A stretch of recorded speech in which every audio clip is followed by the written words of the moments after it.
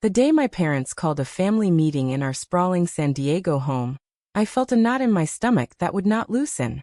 "Sophia, we have made a decision," my father said, his voice like steel as he avoided my gaze across the mahogany table. "All the assets, the business, the house, the savings, everything goes to your brother Ethan because of your choices." I sat there frozen in the leather chair that had once felt like home, the scent of my mother's lavender candle mixing with the salt air drifting through the open French doors. At 28 I had built a life as a graphic designer in the city, but coming out to them 6 months ago had cracked everything. Now this. My mother twisted her wedding ring, refusing to meet my eyes, while Ethan, 22 and fresh out of college, smirked from the end of the table like he had won the lottery. Addison, my younger sister, 25, sat beside me, her hand brushing mine under the table, a silent anchor in the storm. "What choices, Dad?" I asked, my voice steadier than I felt. "Being who I am, loving who I love." He slammed a folder down, the sound echoing like a gunshot.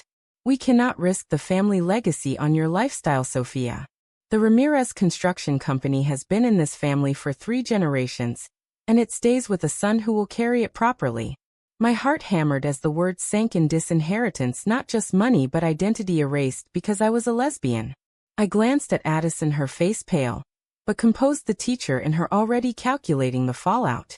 That night I drove back to my apartment in Hillcrest, the rainbow flags on my street mocking the darkness inside me. Riley, my girlfriend of 2 years, met me at the door, her arms wrapping around me, before I could speak. She smelled like coffee and the vanilla lotion she always wore. "What happened, babe?" she whispered. "They gave it all to Ethan," I said, the words tasting like ash. "Because me."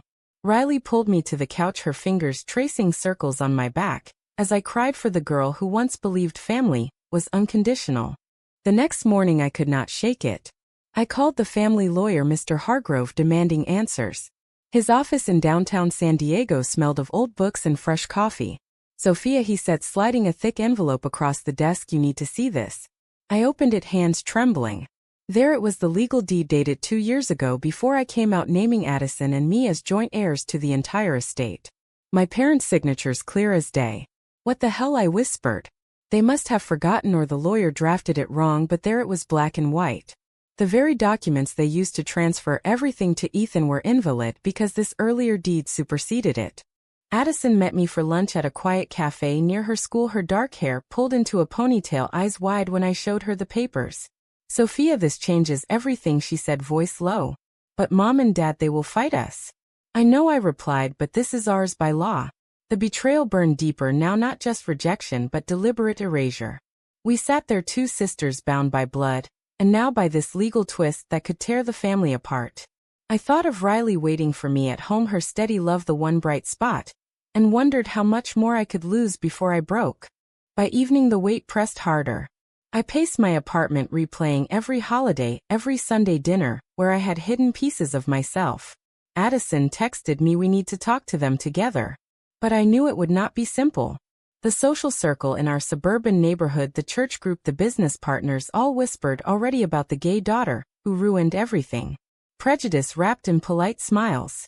My internal storm raged. Was I selfish for wanting what was mine, or was fighting back the only way to honor who I was?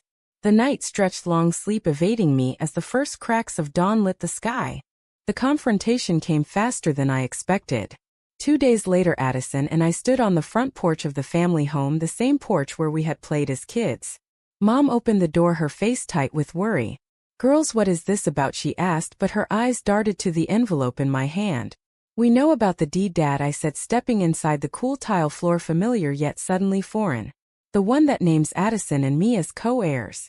Dad emerged from his study, face reddening. "That was a mistake," he growled. "We fixed it." "Fixed it," I echoed. "By illegally transferring everything to Ethan behind our backs." Addison stepped forward, her teacher voice calm but firm. "Legally you cannot do that. The original deed stands." Mom sank onto the couch, tears welling. "Sophia, please think of the family. What will people say?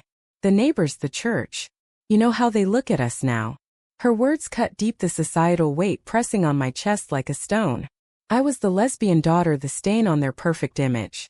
Ethan lounged in the doorway, arms crossed. "You always wanted to be different, Sophia. Now live with it." His words stung not from hate but from the easy entitlement of being the golden son. Riley had warned me about this the night before, her voice soft over dinner.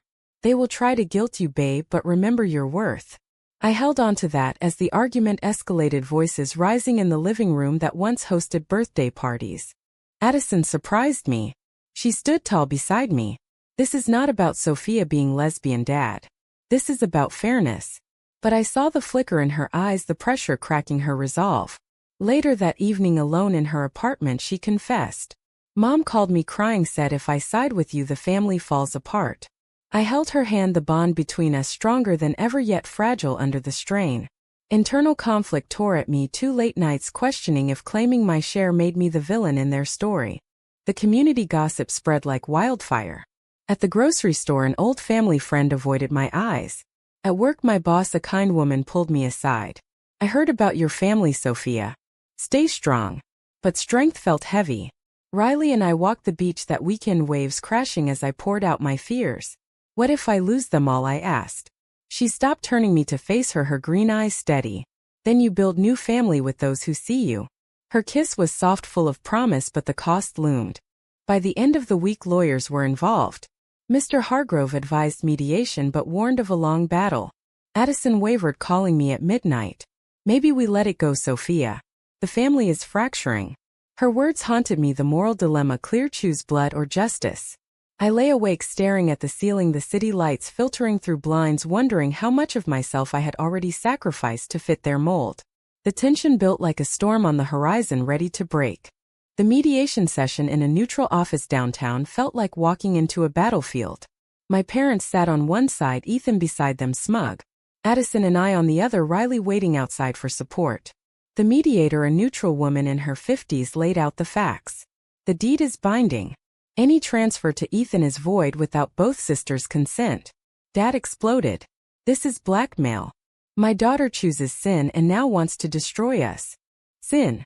The word hung heavy, the religious weight of our Catholic upbringing crashing down. I felt small again, the teenager hiding magazines under her bed. Addison squeezed my hand, but I saw her flinch when Mom turned pleading eyes on her. Addison, honey, you have always been the good one. Do not let her drag you into this. The betrayal from within my own sister stung deepest when she hesitated. Later in the hallway, she whispered, I love you, Sophia, but this is tearing me apart. Community pressure mounted. A church bulletin mentioned family values, indirectly shaming me. Old friends unfollowed me on social media. My internal monologue raged at night. Was my love for Riley worth this isolation? Riley held me through panic attacks, her patience a lifeline. Remember the night you told me about your first crush, she said. You were so scared, but you chose truth. That truth is still you. Her words anchored me, yet the cost mounted. I missed family dinners, the easy laughter now replaced by silence. A shocking twist came when an old business partner of Dad's leaked emails showing they planned the transfer months after my coming out. Evidence of deliberate prejudice. I confronted them at the house alone this time. How could you, Dad? I shouted. Because I kiss a woman. Mom broke down. We were scared, Sophia. The world is cruel. But their fear justified nothing to me. Addison arrived midway, the argument turning 3-way. She defended me finally. This is wrong, Mom. Sophia deserves her share. But the victory felt hollow as tears streamed down her face. The psychological toll deepened. I lost weight, sleep evading me. At work, deadlines slipped. Riley suggested therapy and I went sitting in a soft chair, pouring out the layers of shame internalized from years of hiding. The therapist nodded. You are grieving the family you thought you had. Awakening came slow, recognizing that love should not demand erasure. Yet doubt lingered, was fighting worth the broken bonds? Social media exploded when a mutual friend posted vaguely about the drama. Comments flooded, some supportive of the lesbian daughter, others calling me greedy. Addison faced it at school, parents whispering. She called me sobbing. I am losing friends too. The shared burden bonded us tighter but strained our individual lives. The tension rose as court dates loomed, the family on the brink. Court became inevitable.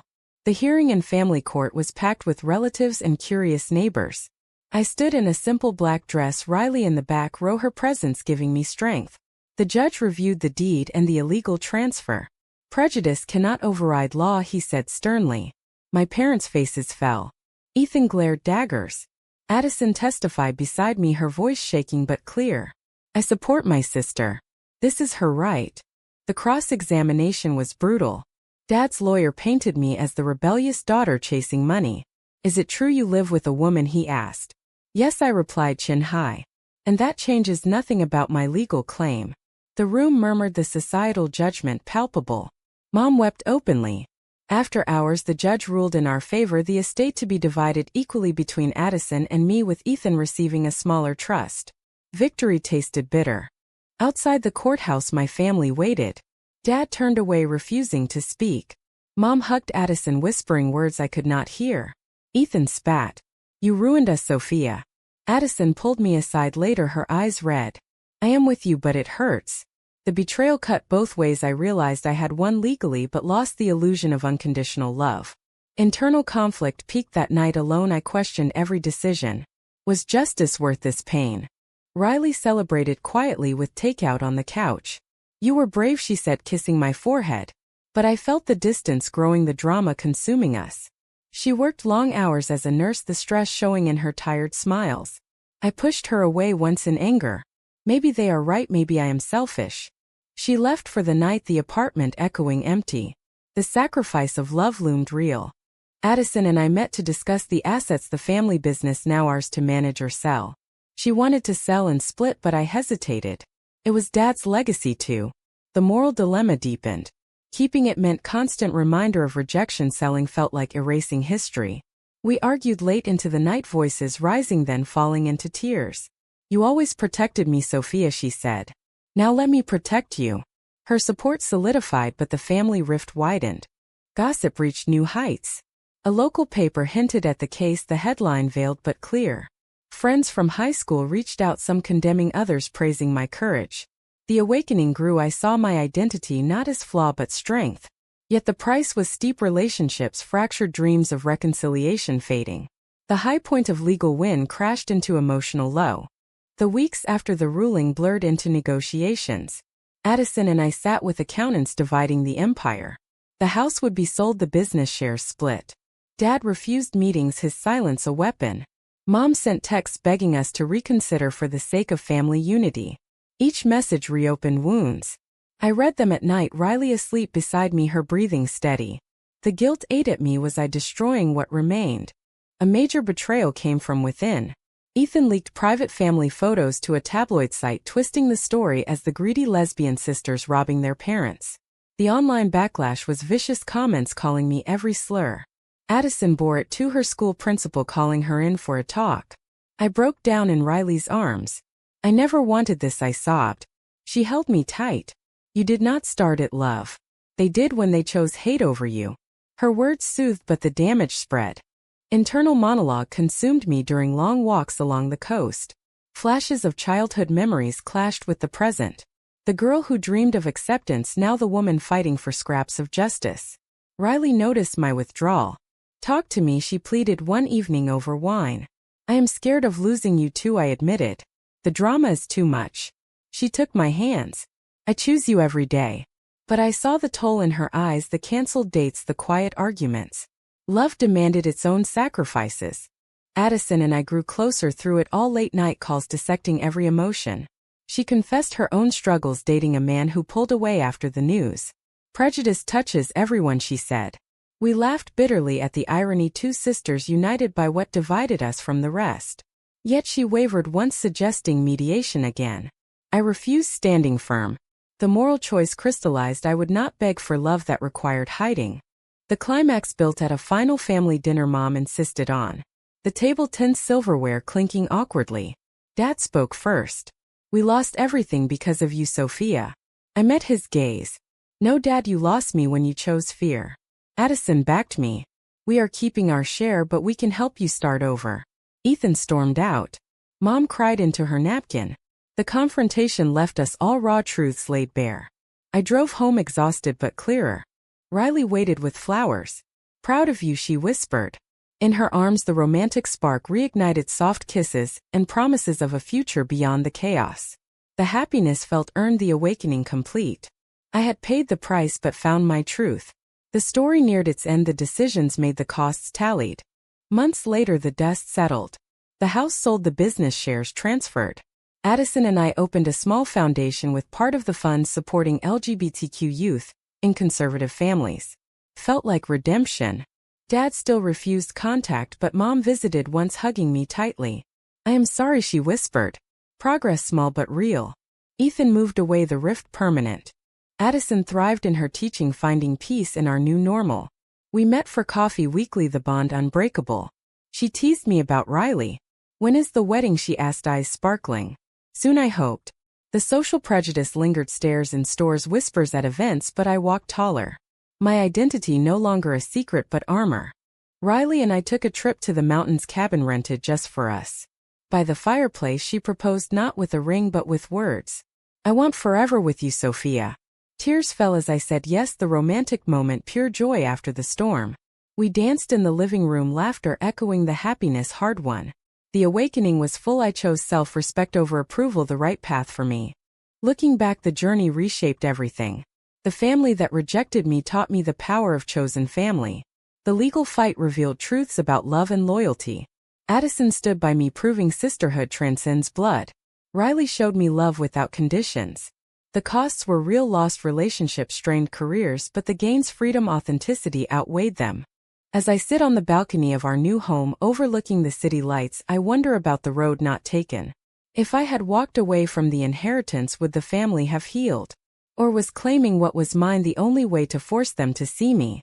The choice is full of gray areas, the moral lines blurred by pain. Was Sophia right to fight for her legal inheritance despite destroying family ties? Or should she have forgiven and walked away to preserve blood bonds?